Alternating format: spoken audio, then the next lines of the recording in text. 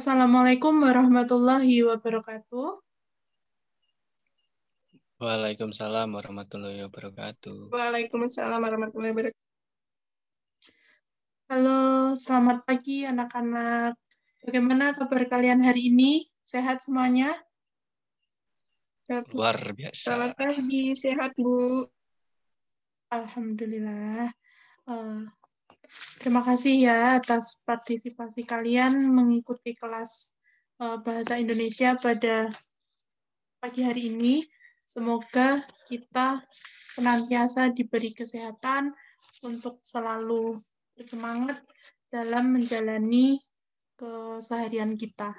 Sebelum kita memulai pembelajaran pada pagi hari ini, silakan salah satu memimpin doa untuk mengawali kegiatan kita pada pagi hari ini. Silakan Mas Immanuel Tito, boleh dipimpin.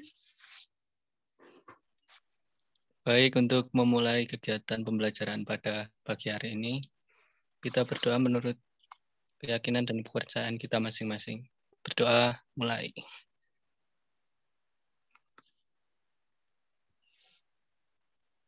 Berdoa selesai. Terima kasih Mas Tito telah bersedia untuk memimpin doa. Semoga dengan doa tadi kita diberi rahmat oleh Tuhan Yang Maha Esa untuk mencerna apa yang akan kita pelajari pada pagi hari ini. Kemudian pada pagi hari ini kita akan membahas materi teks berita. Nah, sebelumnya pada pertemuan lalu kita telah mempelajari perihal teks ceramah. Nah, teks ceramah tadi menuntut kita untuk bisa membentuk atau menarasikan bagaimana teks ceramah itu dibuat, kemudian menuntut kita untuk bisa mempraktikannya. Nah, kemudian pada kesempatan kali ini kita akan mempelajari tentang teks berita. Sebelum kita masuk ke materi, ada yang ingin berpendapat apa sih teks berita itu? Silakan, ada yang ingin berpendapat? Saya izin berpendapat, Bu. Baik, Mas Tito, silakan.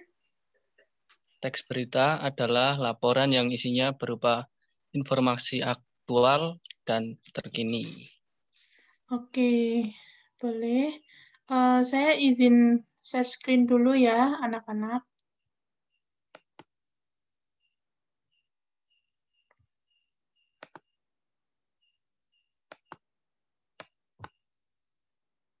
Apakah sudah muncul? Sudah, Bu. Sudah Bu. Baik, seperti yang sudah disampaikan oleh Mas Tito tadi, bahwa teks berita merupakan laporan yang isinya itu informasi yang nantinya akan dibutuhkan oleh pendengar. Sebelumnya, saya akan menjelaskan apa yang akan kita pelajari pada pagi hari ini. Yang pertama, kita akan mempelajari tentang pengertian teks berita. Kemudian ada unsur-unsur dalam teks berita, dan yang ketiga adalah langkah-langkah untuk menyimpulkan pokok berita. Seperti yang dikatakan oleh Mas Tito tadi, teks berita itu merupakan teks yang melaporkan suatu kejadian, peristiwa, atau informasi mengenai sesuatu yang telah atau sedang terjadi untuk ditujukan kepada orang lain agar mengetahui lebih jelas peristiwa tersebut. Kemudian, kita menuju ke unsur-unsur teks berita. Seperti kita ketahui bersama ya, dari dulu SD itu biasanya kita diberitahu oleh guru bahwa teks berita itu memiliki unsur 5W plus 1H.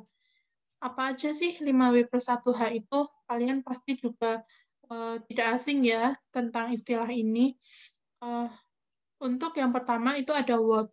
What itu maksudnya adalah apa peristiwa tersebut. Kemudian yang kedua ada who, itu siapa, maksudnya adalah siapa orang-orang yang termasuk atau berperan di dalam peristiwa tersebut. Kemudian ada why, mengapa. Mengapa peristiwa tersebut dapat terjadi. Kemudian keempat ada when, yaitu kapan peristiwa tersebut terjadi, dan where, di mana peristiwa tersebut terjadi, dan yang terakhir adalah how, yaitu bagaimana peristiwa tersebut dapat terjadi. Nah, dari sini dapat kita ketahui bahwa dari keenam unsur ini sudah dapat disimpulkan bahwa apabila terdapat suatu teks berita yang berisi keenam unsur ini, sudah dapat dipastikan bahwa teks berita tersebut merupakan teks berita yang ideal, yang memuat informasi lengkap sehingga tidak mungkin merupakan suatu teks berita yang bisa dibilang ngawur ya, karena pada era globalisasi seperti saat ini banyak sekali berita-berita yang dibuat seolah-olah bisa kita istilahkan sebagai clickbait ya, yaitu judulnya itu terlalu berlebihan padahal isinya ya biasa saja gitu, supaya pembaca itu tertarik. Judulnya itu dibuat seolah-olah merupakan suatu pemberitaan yang sangat menghebohkan, padahal isinya itu malah kadang tidak memuat informasi yang benar-benar penting atau benar-benar dibutuhkan begitu. Kemudian sampai di sini apakah ada yang ingin ditanyakan? Belum ya? Oke, kita lanjutkan. Berikutnya adalah langkah-langkah menentukan pokok berita. Nah, dalam sebuah teks berita itu biasanya kan panjang ya, anak-anak. Jadi, kadang kita itu perlu membaca keseluruhan teks berita tersebut untuk menemukan kesimpulan apa sih isi atau apa sih kesimpulan dari berita ini, meskipun narasinya itu memang dibuat panjang agar tidak salah persepsi atau kesalahpahaman yang lainnya, sehingga para penulis berita itu biasanya membuat narasi untuk mengiringi berita utama atau inti dari berita tersebut. Nah, untuk menentukan pokok berita, terdapat 4 langkah yang mudah ya, anak-anak. Yang pertama tentu kita perlu membaca atau menyimak berita. Nah, membaca di sini biasanya diterapkan ketika kita membaca koran, itu kan biasanya banyak sekali berita ya. Nah, itu kita perlu membaca dengan baik berita yang ingin kita ketahui informasinya. Kemudian untuk menyimak berita ini bisa diterapkan ketika kita menyimak berita melalui televisi atau platform yang lain, sehingga kita perlu benar-benar menyimak, bukan hanya mendengarkan saja, karena mendengar itu tidak melulu dapat dijadikan patokan bahwa kalian telah memahami apa isi berita tersebut. Jika kalian tidak menyimaknya, ya sudah, biasanya apa yang seharusnya kita tangkap itu terlewat begitu saja. Kemudian yang kedua ada memahami isi berita. Nah, setelah kita membaca atau menyimak dengan baik berita tersebut, kita sangat perlu untuk memahami isi berita tersebut. Jadi, tidak hanya sekelebat saja, tidak hanya membaca dari awal sampai akhir, tetapi kita perlu memahami dengan baik, memahami benar-benar apa yang ingin disampaikan oleh penulis berita tersebut. Kemudian ketika kita membaca, menyimak, memahami berita tadi, kita bisa sambil mencatat unsur-unsur yang terkandung di teks berita tersebut atau video, audio visual atau audio dari berita yang kita gunakan tadi.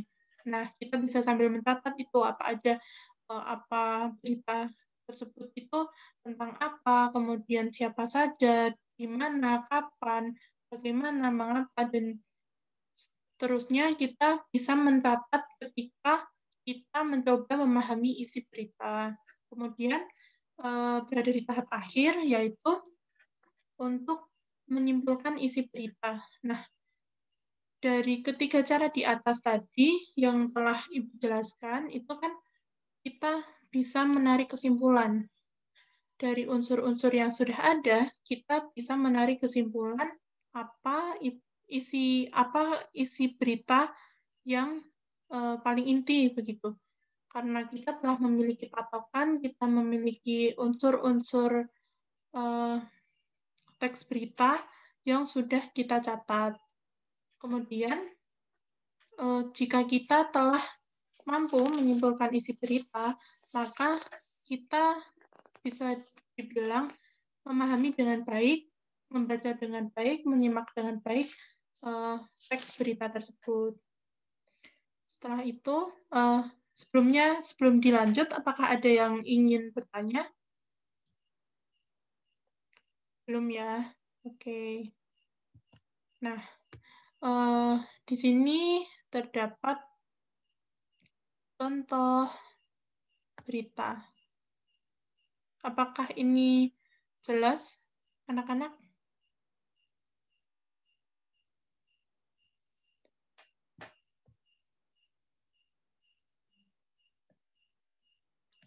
Oke, nah, Ibu akan bacakan teks berita ini ya. Ibu ingin anak-anak sekalian memahami dengan baik, menyimak dengan baik apa yang akan Ibu bacakan ini. Kemudian silakan nanti ada yang menanggapi. Ada yang boleh menyimpulkan atau boleh memberikan hasil telaah unsur-unsur teks berita yang ada di teks ini. Saya persilakan ya, anak-anak. Oke. Berita yang Ibu contohkan ini akan Ibu bacakan. Kebakaran kembali terjadi di ibu kota, tapi dengan cepat melahap pemukiman padat penduduk di daerah Tambora, Jakarta Barat. Peristiwa tersebut terjadi ketika warga sedang melaksanakan sholat tarawih pada Minggu 28 Juli. Turman, Ketua RW 11, mengatakan, saat peristiwa terjadi, semua warga tengah melaksanakan sholat tarawih di masjid. Api dengan cepat menyebar ke rumah warga yang lain, sehingga banyak warga yang tidak sempat menyelamatkan harta benda mereka. Kebakaran diduga disebabkan adanya hubungan arus pendek dari salah satu rumah warga. Petugas pemadam kebakaran mengalami kesulitan untuk menjinakkan si jago merah karena lokasi kebakaran sulit dijangkau oleh petugas. Api baru bisa dipadamkan 3 jam kemudian. Tidak ada korban jiwa dalam peristiwa ini, namun kerugian diperkirakan mencapai ratusan juta rupiah. Nah, dari teks berita yang telah Ibu sampaikan ini, apakah ada yang bisa menyebutkan unsur-unsur teks berita yang ada di teks ini? Silakan.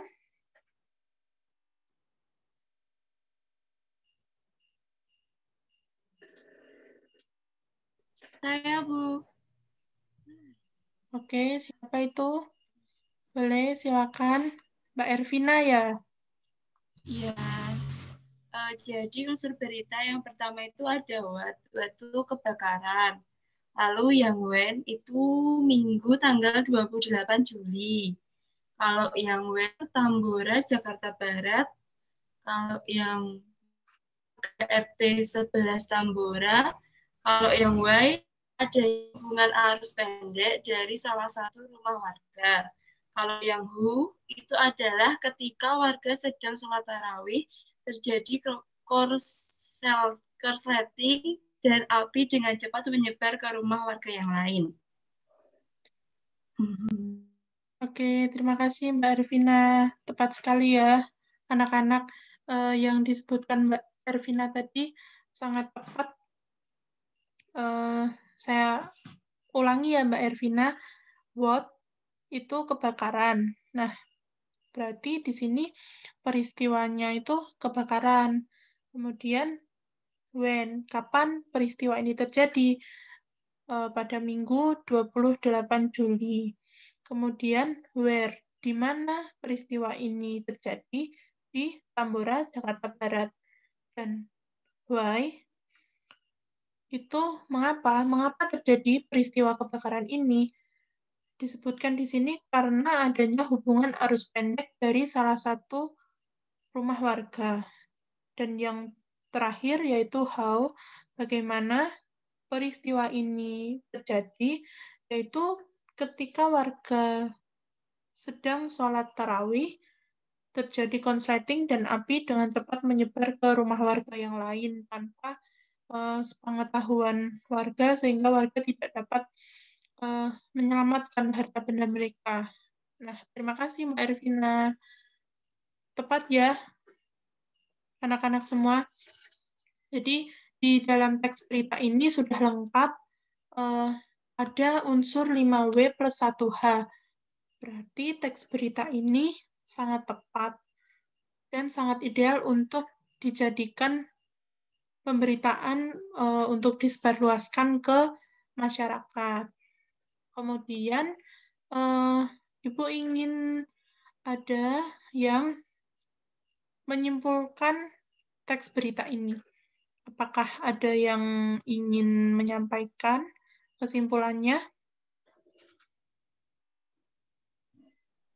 Saya Ibu izin untuk menyampaikan kesimpulan berita. Oke, Mbak Aliza, silakan. Baik, jadi kesimpulan berita tersebut adalah kebakaran terjadi di daerah Tambora, Jakarta Barat pada hari Minggu 28 Juli 2013. Peristiwa tersebut diduga di salah satu rumah warga. Warga Tambora di korban dalam peristiwa tersebut sedang melaksanakan sholat tarawih ketika kebakaran terjadi. Seperti itu, Bu. Oke, tepat ya Mbak Aliza. Kesimpulannya, dari kesimpulan yang disebutkan oleh Mbak Aliza tadi, dapat kita dapat kita pahami bahwa kesimpulan tadi sudah mencakup keseluruhan unsur teks berita yang tadinya disampaikan oleh Mbak Ervina. Oke, berarti jelas ya, ini anak-anak, bahwa teks berita ini memiliki unsur-unsur yang sangat penting untuk dijadikan patokan kita dalam memahami teks berita, atau jika suatu saat kita membuat teks berita. Nah, saya rasa tidak ada yang perlu dijelaskan lagi, atau masih ada yang ingin ditanyakan, anak-anak?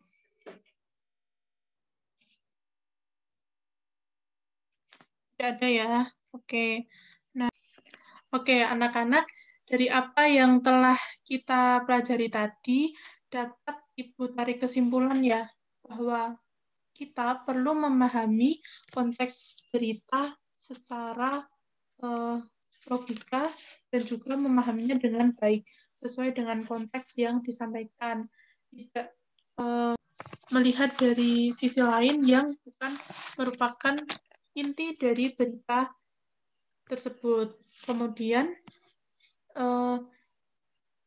kita perlu memahami berita itu apakah hoax atau bukan, karena kita ketahui bersama tidak semua berita itu berisi sesuatu yang benar dan juga aktual, sehingga kita perlu memilah dan memilih serta memahami. Sekali lagi Ibu sampaikan bahwa kita perlu memahami apa konteks dari berita yang kita baca atau kita dengarkan, kita simak.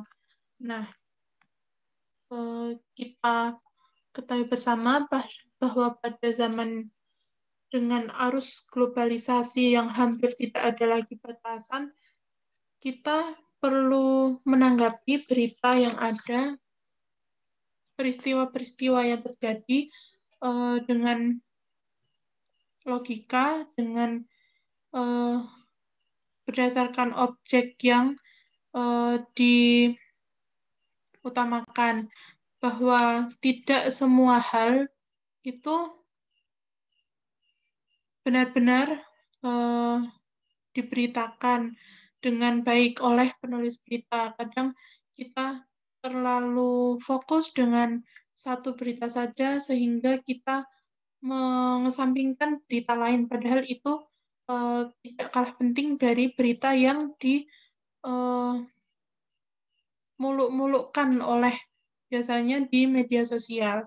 Kemudian dari sini kita juga perlu belajar bagaimana caranya untuk memberikan sebuah tanggapan dalam sebuah berita tanpa menyakiti perasaan orang lain.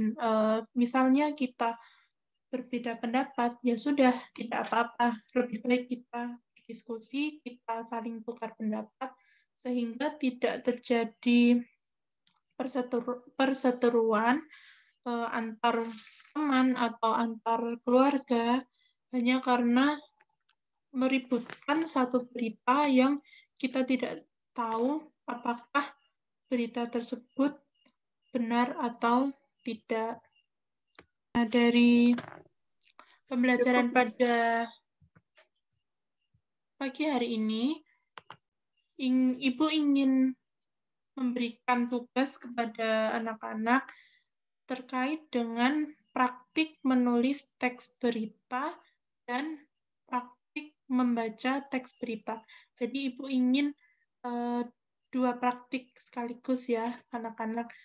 Jadi saya ingin kalian membuat teks berita yang mungkin bisa dalam kurun waktu 1 bulan terakhir ini yang ramai di sekitar kalian masing-masing. Tidak harus berita nasional, tapi kalian bisa mengangkat peristiwa-peristiwa yang terjadi di sekitar rumah kalian.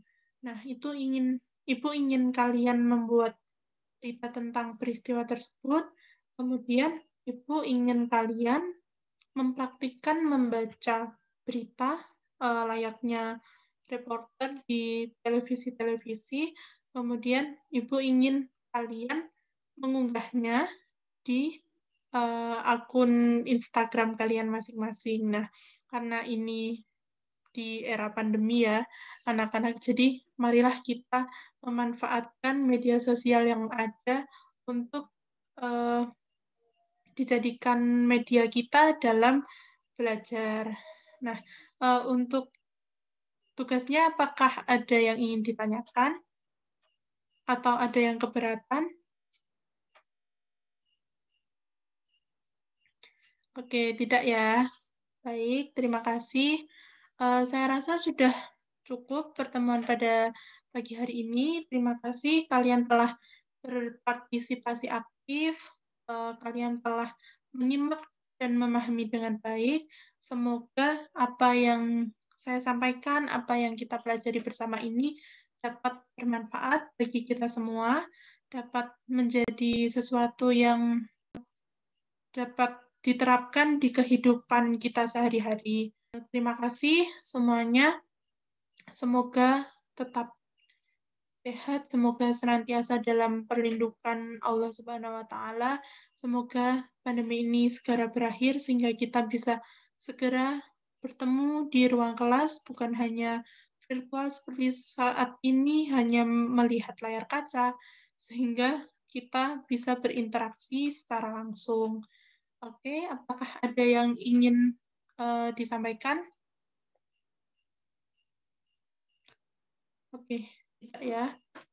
Baik, pertemuan pada pagi hari ini Ibu